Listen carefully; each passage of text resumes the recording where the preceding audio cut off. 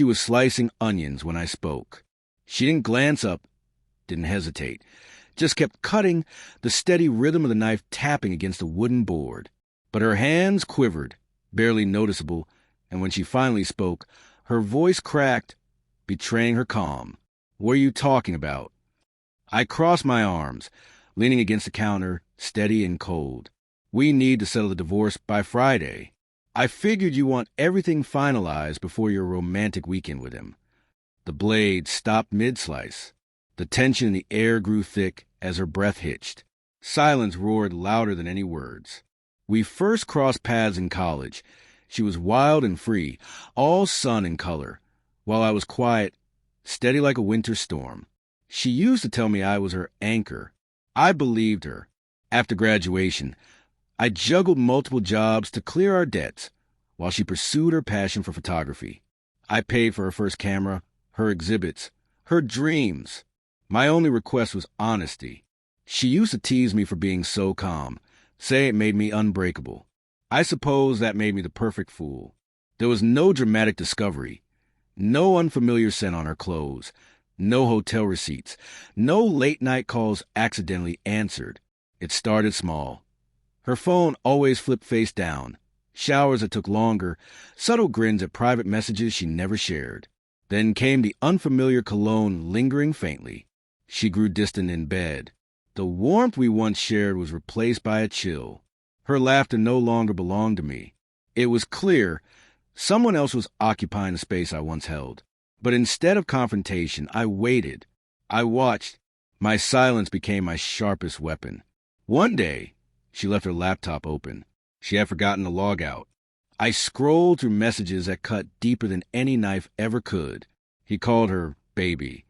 She sent him photos in lingerie I had purchased. And then I saw it, a message that broke me. He's too soft to figure out.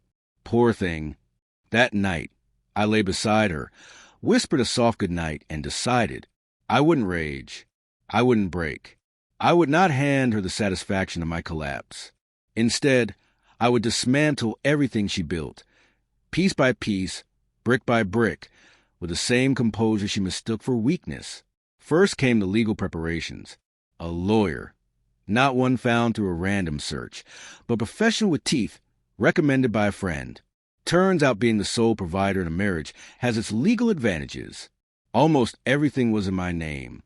Then I moved through our finances, closed accounts, froze shared credit cards, opened new ones solely under me, rewrote my will, and changed every single beneficiary. She never noticed, too busy sending secret texts while sitting across the table from me. Her girls' weekend was the final straw. I discovered the romantic beachside Airbnb booking made with her hidden card. I quietly called our realtor and listed the house, my house, in my name. Then I gathered everything, printed emails, photos, conversations, everything she foolishly believed was hidden. I placed it all into a thick envelope, labeled, "For your conscience, if any remains." And I waited for the right moment. Dinner was nearly ready when I spoke the words. "We need to settle the divorce by Friday." She spun toward me, eyes wide, face draining of color. "What are you talking about?" I calmly slid the envelope across the counter.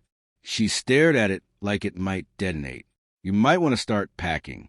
The house will be shown to buyers on Monday." She opened the envelope.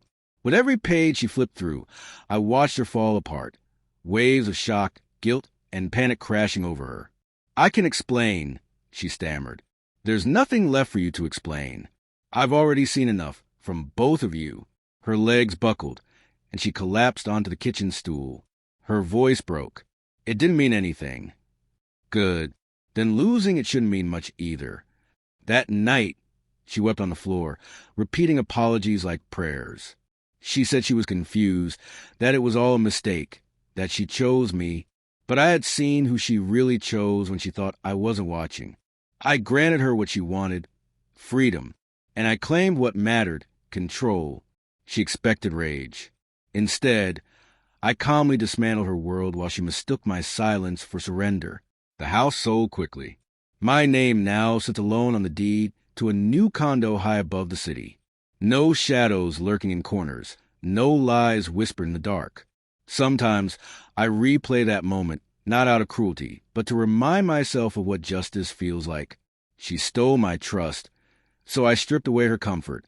In the end, she left quietly, slipping a note onto the kitchen counter beside the wedding ring I once sacrificed months to buy.